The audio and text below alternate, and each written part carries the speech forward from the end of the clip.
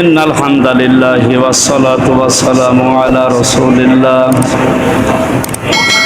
أما بعد فأعوذ بالله من الشيطان الرجيم بسم الله الرحمن الرحيم واتل عليهم نبأ بني آدم بالحق إذ قربا قربانا فتقبل من أحدهما ولم يتقبل من الآخر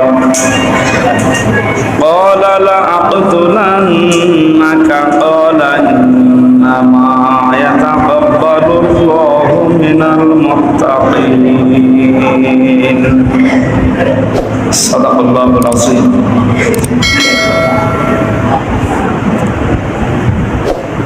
عن أبي هريرة رضي الله تعالى عنه قال قال النبي صلى الله عليه وسلم ما تزال قدم بني آدم عبد يوم القيامة حتى يسأل عن خمس عن عمره فيما أفناه وعن شبابه فيما أبلى وعن ماله من أين اكتسبه وفيما أنفقه وعن علمه ماذا عمل فيه متفق عليه وقال تعالى في القرآن الكريم وما زادهم إلا إيمانا وتسليما اللهم صل على محمد وعلى آل محمد كما صليت على إبراهيم وعلى آل إبراهيم إنك حميد مجيد اللهم بارك على محمد وعلى آل محمد كما باركت على إبراهيم وعلى آل إبراهيم إنك حميد مجيد আলহামদুলিল্লাহ প্রশংসা আদায় করছি আমাদের মালিকের, যিনি তার ঘর মসজিদে আযানের পর মাগরিবের নামাজ শেষ করে সামনে আমাদের পবিত্র একটা অনুষ্ঠান আসতেছে। মুসলমানদের আনন্দের যে সমস্ত দিনগুলো আছে তার ভেতরে ঈদুল আযহা অন্যতম। আর মাত্র 12-13 দিন বাকি আছে সম্ভবত। 12-13 দিন পর বিশাল একটা ইবাদতের অনুষ্ঠান আমাদের সামনে। যদিও এটা অনুষ্ঠান বলা ঠিক না, এটা একটা ইবাদত। অনুষ্ঠান বলে যারা পালন করে যে সমস্ত বিষয়গুলো, ওর তুলনায় এটা আল্লাহর কাছে অনেক দাম। তার নাম আমরা জানি কোরবানির ঈদ, ঈদুল আযহা। আমি সেই সংক্রান্ত একটা আয়াত কোরআনে কারীম থেকে সূরা মায়েদার 27 নম্বর আয়াত পড়েছি। এর আলোকে তাফসীর আকারে কিছু কথা বলবো ইনশাআল্লাহ। যে আল্লাহ আমাদেরকে তার ঘরে দুনিয়ার সব কিছু থেকে মুক্ত করে নিয়ে সেই সময়টুকু দিলেন। 5টি জিনিসের আগে 5টি জিনিসকে গুরুত্ব দেওয়ার কথা হাদিসে আছে। তার ভেতরে একটা হচ্ছে অবসর যখন থাকবেন তখন ব্যস্ত হয়ে যাওয়ার আগে যে সময়টুকু পাওয়া যায় সময়ের গুরুত্ব দেওয়া লাগবে। সেই সময় আমরা পেয়েছি, কারণ ব্যস্ততা মানুষের থেকে ঝামেলাপূর্ণ জিনিস আমরা এখন টের পাচ্ছি। 24 ঘন্টায় ঘুমের সময়ও বের করা যায় না। এই কঠিন অবস্থায় আল্লাহ আমাদেরকে এই ব্যস্ত জীবনে কিছু সময় বের করে দিলেন, ঘন্টাখানেক সময়। আমরা বলছি আলহামদুলিল্লাহ। লা ইয়াস্তাবিল আমা ওয়াল বাসীর, যে মানুষগুলো দেখে আর যারা দেখে না এরা কখনো সমান না। আল্লাহ পাক কোরআনে জানিয়েছেন, হে নবী, যারা জান্নাতি মানুষ আর যারা জাহান্নামী মানুষ, এদের কাজ কর্ম, এদের অ্যাক্টিভিটিস কখনো এক হবে না, সব আলাদা থাকবে। যেন পৃথিবীর এই জমিনে আমরা ভাগ হয়ে গেছি। যারা জান্নাতি মানুষ তাদের কাজ কর্ম গতিবিধি সব থাকবে আলাদা। এরাও আপনার মতো আমার মতো কাজ করবে, কিন্তু এদের আসল টার্গেট সামনে থাকবে আখিরাত। আমরাও এদের মতো জীবন যাপন করছি, কিন্তু আমরা দুনিয়াটাই শেষ করে দিই। এই জন্য আমাদের উচিত হচ্ছে আসল টার্গেট যেটা, আফামা ইউমিনু মা উনজিলা ইলাইকা মির রাব্বিকা কামান হুয়া আমা ইন্নামা ইয়াতাযাক্কারু উলুল আলবাব। আল্লাহ তাআলা বলেন, হে নবী, আপনার উপরে আমি যে কোরআন নাযিল করেছি, এই কোরআনে কারীম যে মানুষগুলো পেয়েছে, যারা বিশ্বাস করে এর উপরে আর যারা বিশ্বাস করে না, কখনো এই দুই দলের আচরণ আপনি সমান পাবেন না। এদের কোরআন কেন্দ্রিক জীবনযাপন যারা গঠন করে, এদের কাজকর্ম এদের অ্যাক্টিভিটিস থাকবে আলাদা। যারা কোরআনের বাইরে জীবনযাপন করে, এদের কাজকর্ম এদের দুনিয়ার নিয়ম নীতিও থাকবে আলাদা। এদের আচরণ দেখে আপনি টের পাবেন।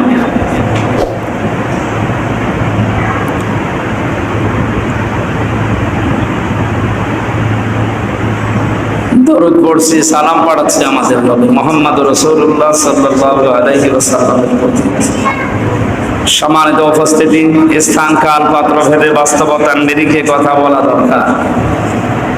কয়েকদিন ধরে যেটা খোঁজ খবর যারা রাখে তারা টের পেয়েছেন, সব ধারণা আলেমরা ইমানদাররা এখন এক হয়ে যাচ্ছে। কারণ আমাদের দেশ টুকরা করার জন্য খ্রিস্টান মিশনারি এবং কাদিয়ানি এই দুইটা গ্রুপ যোগ হয়ে বিশ্বের মডল যারা আমরা বলি, যাদেরকে এই মানুষগুলো পার্বত্য চট্টগ্রামের কিছু এলাকা আর মায়ানমারের কিছু এলাকা এগুলো এক জায়গায় করার মাধ্যমে গণভোট দিয়ে একটা খ্রিস্টান রাজ্য বানানোর চেষ্টায় গোপন আন্দোলন চালাচ্ছে। 228টা রাষ্ট্র আছে পৃথিবীতে, স্বাধীন পরাধীন মিলে আমরা মাত্র 57টা। আর ফিলিস্তিন যদি স্বাধীন হয়ে যায়, এখনো হয়নি, এটা যদি কমপ্লিট স্বাধীন হয়ে যায় তাহলে 58টা। আর ওরা 228টার ভেতরে 58 বাদ গেলে খুব বেশি বাদ যাচ্ছে না। যেন পূর্ব তৈমুর এবং দক্ষিণ সুদানের মতো গণভোটের মাধ্যমে শেষ পর্যন্ত না জানি আমাদের জীবদ্দশায় এ বাংলাদেশ আবার টুকরা টুকরা হয়ে পার্বত্য চট্টগ্রামের এই জায়গাগুলো নিয়ে যদি ওরা একটা আলাদা স্বাধীন খ্রিস্টান রাষ্ট্র গঠন করতে পারে, বিশেষ করে এই অঞ্চলগুলোতে, তখন আল্লাহর ইবাদত করাই দায় হয়ে যাবে। এমনিতেই আমরা আছি একটা গেড়া করে, চারিদিকে সব আল্লাহর দুশমনেরা, আর মাত্র এই ছোট্ট একটা ভূখণ্ডে আমরা আছি। কোনো দিকে যাওয়ার আমাদের কায়দা নেই। এখন যেতে হলে শুধুমাত্র জায়গা আছে বঙ্গোপসাগর। মায়ানমারের মুসলমানেরা অত্যাচারিত হওয়ার পরে তারপরেও তো তার একটা মাথা ঠাঁই পেয়েছে, জায়গা পেয়েছে। আর আমাদের নিয়ে যে ষড়যন্ত্র চলছে, এটা যদি সত্যি বাস্তবায়ন হয়ে যায়, শেষ পর্যন্ত আগামী প্রজন্ম আমাদের জন্য যে মাটি দিয়ে দোয়া করবে সে অবস্থাও থাকবে কি জানি না। এই ষড়যন্ত্র মোকাবেলার জন্য সব ঐক্যবদ্ধ হওয়া দরকার। আল্লাহ আমাদেরকে সব ভুলে এই দেশ এবং জাতিকে রক্ষা করার জন্য, বিশেষ করে সর্বোপরি ইসলাম এবং মুসলমানদের যে স্বাধীন ভূখণ্ড একটা আমরা পেয়েছি, এই মানচিত্র ঠিক রাখার জন্য ইমানের দাবি অনুযায়ী সর্বাত্মক কাজ করার তৌফিক দিন। নবীজি যেদিন হিজরত করে যাচ্ছিলেন, সেই দিন তিনি বারবার কাবার দিকে তাকাচ্ছিলেন আর বলছিলেন, কাবা, আমি ইচ্ছা করেছিলাম তোমার খেদমত করবো, কিন্তু তোমার নিষ্ঠুর সন্তানরা আমারে থাকতে দিল না। সূরা কাসাসের 85 নম্বর আয়াত আল্লাহ ওই জায়গায় নাযিল করেন, ইন্নাল্লাযী ফারাদা আলাইকাল কুরআনা লারাদ্দুকা ইলা মাআদ। সন্তান নেশা করবে না। কোরআনে কারিমের এই আয়াতে আল্লাহ রাব্বুল আলামিন দুইটা ইঙ্গিত দিয়েছেন। হে নবী, আমি কোরআনের আইন আপনার জন্য মানা ফরজ করে দিয়েছি, এখান থেকে বিদায় করে নিয়ে যায়, কিন্তু এখানে আবার লারাদ্দুকা ইলা মাআদ, এই জায়গায় আমি আল্লাহ আবার আপনাকে ফিরিয়ে নিয়ে আসবো। এখন যেভাবে দুর্বল আছেন এইভাবে না, এমন অবস্থায় নিয়ে আসবো তখন এরা আপনার কাছে দুর্বল থাকবে। উনি 13 বছর কাজ করেছিলেন মক্কায়। 13টা বছর পর যখন টিকতে পারলেন না, 10 বছর মদিনাতে থাকার পরে রাষ্ট্র গঠন করে যখন মক্কা বিজয়ের জন্য এসেছিলেন, তখন তার সাথে শুধু আবু বকর ছিল? শুধু আবু বকরের সেই খাদেম ছিল? 1,14,000 মানুষ নিয়ে তিনি আসছিলেন, ভাষণ দিয়েছিলেন যে জায়গায়, জাবালে রহমতে। এখন আর তার সামনে শুধু আবু বকর আর আবু বকরের খাদেম নেই, লক্ষাধিক মানুষ তার সামনে এখন দাঁড়িয়ে আছে। আমরা কোরআনে কারিমের সূরা কসসের এই 85 নম্বর আয়াতকে 100% বিশ্বাস করি। যদি আমাদের ঈমান, আমাদের আমল নবীজি মুহাম্মদুর রাসূলুল্লাহর এই লাইনে যায়, আমরা যে আশঙ্কা করছি আশঙ্কাকে কাটিয়ে আবার এই অবস্থায় ফিরে যেতে পারবো, যে অবস্থায় শত্রুতা আমাদের সামনে দুর্বল হয়ে থাকবে ইনশাআল্লাহ। আল্লাহ এই ঘর মসজিদের ভেতরে আমি অসুস্থ এবং মাসলুম অবস্থায় দোয়া করছি, দোয়া চাচ্ছি সবার কাছে, আল্লাহ যেন আমাদের এই দেশটাকে রক্ষা করেন, বলেন আমিন। প্রধানমন্ত্রী শেখ হাসিনা উনি যে আশঙ্কা করছে এখন এই কয়েকদিন ধরে যে দেশটা আর থাকবে না, টুকরা টুকরা হয়ে যাবে, ওনার এই আশঙ্কা যদি বাস্তবায়ন হয় তাহলে আমাদের কপালে দুঃখ আছে। এখন অন্তত 8-10 জন মানুষ এক বাড়িতে আপনি যদি খাবার খাওয়ান, যদি মাথায় টুপি থাকে, আমার মনে হয় 5-6 জন কমপ্লেন দেওয়া হয়ে যায় থানাতে যে এখানে গোপন বৈঠক চলছে। তাও তো একটা পর্যায়ে আছে। আর যদি টুকরা টুকরা হয়ে যায়, ওখানে সে সাদা চামড়ার যারা আছে এরা স্বাধীন রাষ্ট্র ঘোষণা দিয়ে এয়ারবেস তৈরি করছে, এই হাজার হাজার মাইল থেকে এসে এই জায়গায় যদি ওরা আস্তানা গাড়তে পারে, তখন আপনার মুখ দিয়ে আর আল্লাহ বলতে দেবে না। মুহাম্মদুর রাসূলুল্লাহকে ওরা যেহেতু শত্রু মনে করে, এই জন্যে ওরা তথাকথিত ওদের যে উল্টাপাল্টা বিশ্বাস হযরত ঈসা আলাইহিস সালামের প্রতি, যে আমরা ঈসা নবীকে আল্লাহর বেটা বলে বিশ্বাস করি, নাউযুবিল্লাহি মিন যালিক। আল্লাহর সাথে শরীক করার পাশাপাশি ঈসা আলাইহিস সালামকে ওরা বদনামের ভাগী করছে। কিয়ামতের দিন আল্লাহ পাক ঈসা নবীকে জিজ্ঞাসা করবে, এরা যে তোমাকে আল্লাহর ছেলে বলতো, উনি বলবেন আল্লাহ আমি ওদেরকে তো বলতে বলি নাই। এ কথা আন্দাজে বলার কারণে ওদেরকে শাস্তি দেন। এই জন্যে তথাকথিত এই খ্রিস্টানরা, ওরা যদিও আল্লাহ নামে কথা বলে, তো শিরিক এমন ভাবে ওরা মানুষের ভেতরে প্রবেশ করাচ্ছে। বিশেষ করে খ্রিস্টান মিশনারির মাধ্যমে 222টা মসজিদের জায়গায় 3 বছরে এখন 444টা গির্জা অলরেডি তৈরি হয়ে গেছে বান্দরবন, খাগড়াছড়ি আর রাঙ্গামাটি, এই 3টা জেলা মিলে। আমার অনুষ্ঠানগুলো সবচেয়ে বেশি থাকে ওই সমস্ত এলাকাগুলোতে, আমি যাই দেখি। কমিটির লোকের কাছে জিজ্ঞাসা করে করে আগে দেখলাম, ওই 17, 18, 19 সালে গেল গিয়েছিলাম, ওখানে গির্জার সংখ্যা ছিল মাত্র 222টা। এই বাকি কয়েক বছরের ভেতরে এখন গির্জায় হয়ে গেছে খ্রিস্টান মিশনারিদের, এই কাদিয়ানীদের মাধ্যমে প্রায় 444টার উপরে পত্রিকা রিপোর্ট। এভাবে যদি আর 8-10 বছর চলতে পারে, ওরা এই দেশটাকে টুকরা করে ঘোষণা দিতে বেশি সময় নেবে না। ওরা কিন্তু গোপন আন্দোলন চালাচ্ছে। এজন্য আমাদের কোরবানি এখন কি হবে, শুধুমাত্র এই জুন মাসের 17 তারিখে যে কোরবানি দেওয়া লাগবে পশু, এইটাই কোরবানি না, বিশাল কোরবানি সামনে আসছে। কোরআনে কারিমে আল্লাহ পাক বলেন, কুলিন্না সলাতি ওয়া নুসুকি ওয়া মাহইয়ায়া ওয়া মামাতি লিল্লাহি রাব্বিল আলামিন। হে নবী আপনি বলেন, আমার নামাজ, আমার কোরবানি, আমার জীবন, আমার মরণ সব আমি আল্লাহর জন্য দিয়ে দিলাম। এখানে দ্বিতীয় নম্বরে যে নুসুক, নুসুক শব্দের অর্থ হয় 3টা। নুসুক শব্দের শাব্দিক অর্থ রক্ত প্রবাহিত করা। নুসুক মানে হজের কার্যকলাপ, নুসুক মানে ইবাদত বন্দেগী। আমরা একটুক্ষণ আগে যেটা করলাম এটা ইবাদতের ভেতরে, এটা নুসুকের একটা পর্যায় আছে। 2 নম্বরে এখন লক্ষ লক্ষ মানুষেরা হজ করতে গেছে। হজের যে সমস্ত কার্যকলাপ কাজকর্ম এটা খুব কঠিন। ইসলামের যত বিধান আছে সবচাইতে বড় কঠিন এবং কষ্টকর বিধান হচ্ছে হজের বিধান। আমাদের দেশ থেকে আমি এটা যেহেতু রেকর্ড হচ্ছে এই জন্য বলছি, আমার মনে হয় মুরব্বী মানুষ যারা এরা হজে না গিয়ে ওদের জামাই অথবা ছেলে অথবা এমন একটা মানুষকে হজে পাঠানো দরকার যে মানুষগুলো হজের কার্যকলাপ সবগুলো করতে পারে।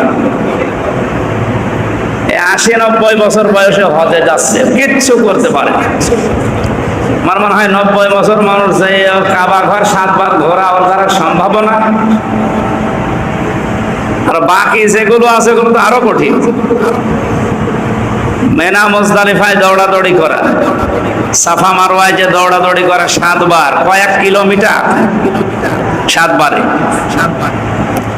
শয়তানকে পাথর মারতে গেলে সব মিলে 3.5 কিলোমিটার। ওর 80-90 বছর বয়স, অত দূর হেঁটে যেতে পারবে? আর যে ভিড় এখন, ওই শেষে একটা চেয়ার ভাড়া করে নেয়, ভাই আপনি ঢালেন, আপনার আমি টাকা দিয়ে দেবো। এই জন্য আহ্বান জানাচ্ছি, যারা মুরব্বী হয়ে গেছে, টাকা পয়সা হয়েছে, এতদিন করতে পারেননি, এখন আপনার হজে যাওয়ার দরকার নেই। আপনার ছেলেরে পাঠান, আপনার জামাইকে পাঠান, অথবা একটা ভালো আলেমকে পাঠান যে ভালো বোঝে হজের কার্যকলাপ। এটা গেল 2 নম্বরে নুসুক শব্দের অর্থ হজের কার্যকলাপ বা ক্রিয়াকর্ম। 3 নম্বরে নুসুক মানে রক্ত প্রবাহিত করা। এ রক্ত শুধু পশুর রক্ত না। হে নবী, আপনি বলেন আমার নামাজ, আমার কোরবানি, আমার এই নুসুক, আমার রক্ত প্রবাহিত করা, এগুলো আমি আল্লাহকে দিলাম।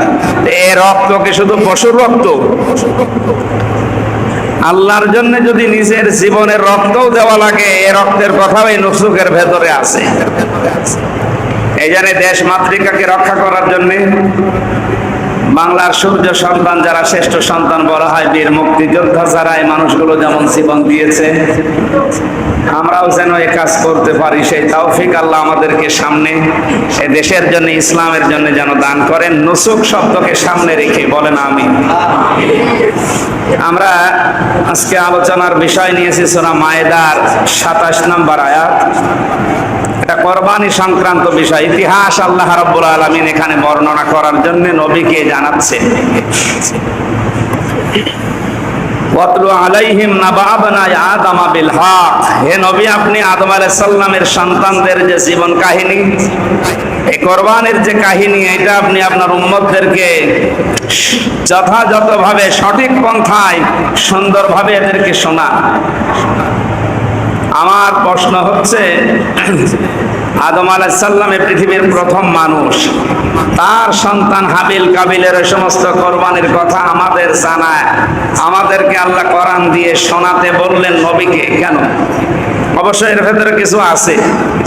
আমরা 5টা পয়েন্ট বের করেছি, এর উপরে কথা বলবো ইনশাআল্লাহ। শেষের 8-10 মিনিট বা 15 মিনিট আমরা কিছু প্রশ্ন আছে, প্রশ্নের জবাব দেবো ইনশাআল্লাহ। প্রথম শব্দ অতলু, তেলাওয়াত করেন, পাঠ করেন। কোরআনে কারিমে যে শব্দ আছে কোরআন পড়ার ব্যাপারে, সর্বোত্তম শব্দ পেয়েছি আমরা 3টা। কোরআন পড়ার ব্যাপারে যত শব্দ আছে কোরআনে, কয়টা শব্দ আছে? এটা ক্লাস চলছে, ছাত্রের মতো বলবেন, কয়টা? 3টা শব্দ আছে পুরা কোরআনে কোরআন পড়ার ব্যাপারে। 1 নম্বরে অতলু, করা, রতালা, তালাওয়া। এই যে অতলু, এই শব্দটা আল্লাহ আদেশ দিচ্ছেন, হে নবী আপনি তেলাওয়াত করেন, পাঠ করেন। কেমন ভাবে পাঠ করবেন? বিল হক, সঠিকভাবে, যথাযথভাবে, একেবারে যেভাবে আমি আল্লাহ বর্ণনা করার জন্য আপনাকে বলছি, এইটা আপনি তেলাওয়াত করে পাঠ করে আপনার উম্মতদেরকে শোনান। তাহলে তেলাওয়াত দিয়ে বোঝা যাচ্ছে শুধুমাত্র অর্থ, মানে আরবিটা পড়ে শেষ করার নাম শুধু তেলাওয়াত না। যেহেতু তেলাওয়াত করার জন্য আল্লাহ কোরআনে কারিমে রাসূলকে আদেশ দিচ্ছেন যে আপনি তেলাওয়াত করেন, পাঠ করে শোনান। তো পাঠ করলেই যাদের সামনে করবেন তারা অবশ্যই বুঝবে। তাহলে পাঠ করার মাধ্যমে আল্লাহর ইচ্ছা হচ্ছে কোরআনে কারিমের যেটা পড়বেন আপনি ওইটা যেন আপনার প্র্যাকটিক্যাল লাইফে আপনি বুঝতে পারেন যে আপনি কি পড়লাম। এইরকম যোগ্যতা আমাদের সবার আছে? নেই। 250টা শব্দ আছে, খুব বেশি না, সর্বোচ্চ 250টা। প্রতিদিন 3টা-4টা করে যদি মুখস্থ করতে পারেন, আমার মনে হয় 1-1.5 মাসে কোরআনে কারিমের মোটামুটি আপনি শব্দ শুনলেই অর্থ বুঝতে পারবেন যে এই আয়াতের আল্লাহ এইটা বলতে চায়। আমি যেমন আরবিটা পড়লাম, এখন আমার কিন্তু আর বাংলা করা লাগছে না, আমি বুঝে ফেলেছি যে আল্লাহ কি বলতে চাচ্ছে। সবাইকে এরকম এখানে বলেন, যেহেতু আপনারা সবাই এখন ছাত্র, আপনি যে ডিগ্রি নিয়ে এখানে বসেন না কেন, আপনি এখন ছাত্র, তালেবে এলেম। এই শব্দটা আপনার নামে লাগলে কত উপকার আপনি জানেন? তালবে এলেম নিয়ে এই সংজ্ঞা নিয়ে কেউ যদি মারা যেতে পারে, ও মরণের পরে যদি মানুষ ঠকানোর গোনা, শিরিক, বেদাত, এই বড় বড় যে গোনাগুলো আছে এগুলো না থাকে ওর জীবনে, তাহলেও বিনা হিসাবে জান্নাতে যাবে। সুবহানাল্লাহ। আমরা 3-4টা পয়েন্ট বললাম, ওইগুলো শুনে তারপর তো বলবেন সুবহানাল্লাহ। আপনার জীবনে মানুষ ঠকানো গোনা, মানুষকে ফাঁকি দেওয়া, এটা থাকা যাবে না।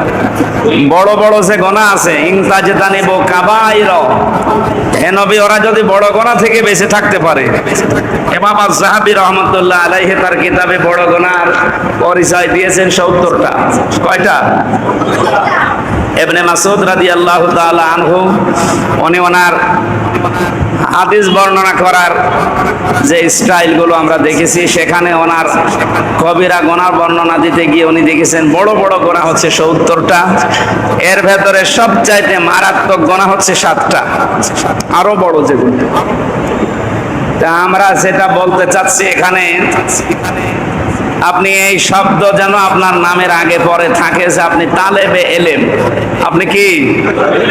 তাহলে 250টা শব্দ, আপনার বয়স 80 বছর 90 বছর হোক, এই শব্দগুলো বোঝার, জানার চেষ্টা করা দরকার। প্রথম শব্দ ইকরা দিয়ে শুরু করে।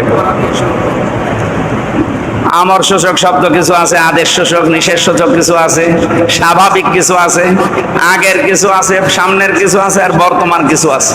এরকম সব মিলে 250টা আমরা পাই। এগুলো যদি আপনি একটু ইবনে কাসিরের তাফসিরে, ইবনে কাসিরের খণ্ড খণ্ড পাওয়া যাচ্ছে এখন, শব্দে শব্দে আল কোরআন, এখানে 250টা শব্দ মিনিং করা আছে লাল কালি দিয়ে। তাফসিরে ইবনে কাসির সংক্ষিপ্ত, একেবারে ওই ব্রড যেটা পড়া ওইটা না, আপনারা বাংলায় কিনে নেবেন, প্রতিদিন 2-3টা শব্দ করে মুখস্থ করে। রমজান আসতে আসতে আপনি দেখবেন কোরআন পড়লে আপনি বুঝতেছেন যে এই আয়াতে আল্লাহ এইটা বলতে চেয়েছে, তখন আর বাংলায় আপনাকে বলা লাগবে না। আল্লাহ এই যোগ্যতা আমাদেরকে যেন ভিক্ষা দেন, বলেন আমিন। আল্লাহ পাক বলেন, হে নবী আপনি তেলাওয়াত করে শোনান, পাঠ করে শোনান। কি শোনাবেন আপনার উম্মতদেরকে? হযরত আদম নবী আলাইহিস সালামের 2 পুত্রের যে কোরবানির কাহিনী, এটা তেলাওয়াত করে এদেরকে শোনান। নবী এখন বেঁচে থাকলে এই জায়গায় বসে বসে হাবিল আর কাবিলের কোরবানির যে সংক্রান্ত বিষয় আদম নবীর 2 সন্তানের, এটা তিনি বসে বসে শোনাতেন। আমি এখানে মাঝখানে আর একটা কথা বলি, এখানে এই দশতপাড়া একটা মাদ্রাসা আছে না, এরপরে যে মাওলানা আলী হোসাইন ফারুকি সাহেবের একটা মাদ্রাসা আছে, এই রাস্তা পার হয়ে ওইদিকে, এইদিকে, এই সমস্ত জায়গাগুলোতে মাত্র 3টা বছর নিজের ছেলেকে মেয়েকে আপনি এখানে পড়ান। ফারুকি সাহেবের মাদ্রাসা আছে না, না বন্ধ হয়ে গেছে? এই সমস্ত জায়গাগুলোতে 3টা বছর তাদেরকে পড়ান, এরপরে বাকি আপনি ডাক্তার বানাবেন, ইঞ্জিনিয়ার বানাবেন, ডিসি, এসপি যা বানান নিষেধ করছেন, ওই সমস্ত জায়গায় নিয়ে যান। প্রাথমিক এই জায়গায় 3টা বছর আপনি যদি সত্যি ওদেরকে কিছু দিতে পারে, আর আমি যতটুকু খোঁজ রাখি এরা যদি 3 বছর ভালোভাবে পড়তে পারে, 2টা গ্যারান্টি আপনার আমি দিতে পারি, কোনোদিন এই সন্তান নেশা করবে না।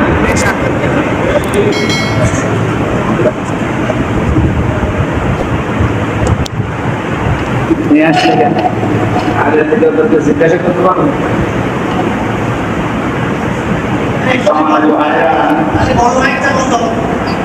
আলোচনা চলবে।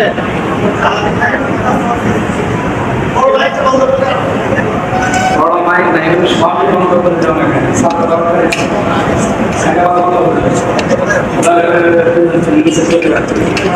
ওটা বন্ধ করে দিয়েছে, এটা ভেতরে আছে।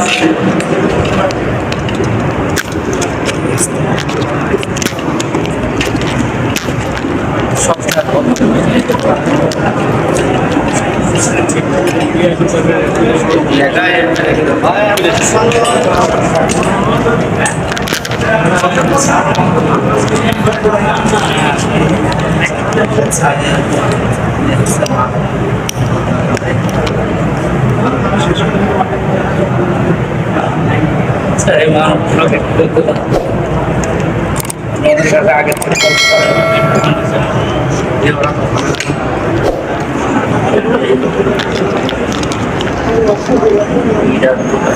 বন্ধ করে দিয়েছি, উপরেরটা বন্ধ করে দিয়েছি।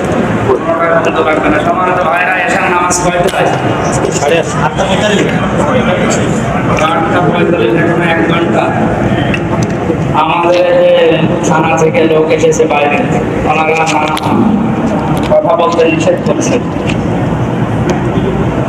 বাস্তবতা আমাদের বাইরে, যেটা আশঙ্কা করছিলাম চট্টগ্রাম, এটা এখন সারা দেশে চলছে। আমরা দেখি আছে কপাল আল্লাহ ভালো যেন আমরা সামনে যেতে চাচ্ছি না। আগামীতে সময় আসে আমাদের সুযোগ সুবিধা যদি সামনে আসে, অনুপ্রতি ইনশাআল্লাহ কথা বলছি। আমার মানে লা ইলাহা ইল্লা আনতা সুবহানাকা ইন্নী কুনতু মিনাজ জালিমিন। লা ইলাহা ইল্লা আনতা সুবহানাকা ইন্নী কুনতু মিনাজ জালিমিন। আল্লাহ তাআলা জমিনে তোমার কোরআনের কথা বলতে দেয় না, এদেরকে তুমি নিজের হাতে দেখো আল্লাহ।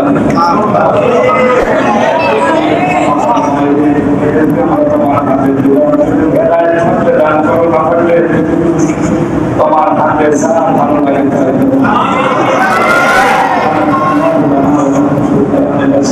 আলহামদুলিল্লাহ।